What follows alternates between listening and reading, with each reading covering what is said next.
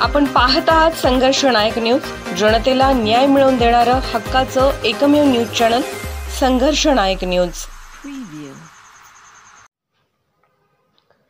अंकली नदी पुलावरून तरुणांच्या जीवघेण्या उड्या मारून स्टंटबाजी। कृष्णा नदीला महापूर आलेला असून अशा पाण्याच्या प्रवाहाच्या वेळेस जीव धोक्यात टाकून उदगाव येथील 3 तरुण अंकली ब्रिजवरून पोहण्यासाठी उड्या घेऊन मृत्यूला आमंत्रण देत आहेत।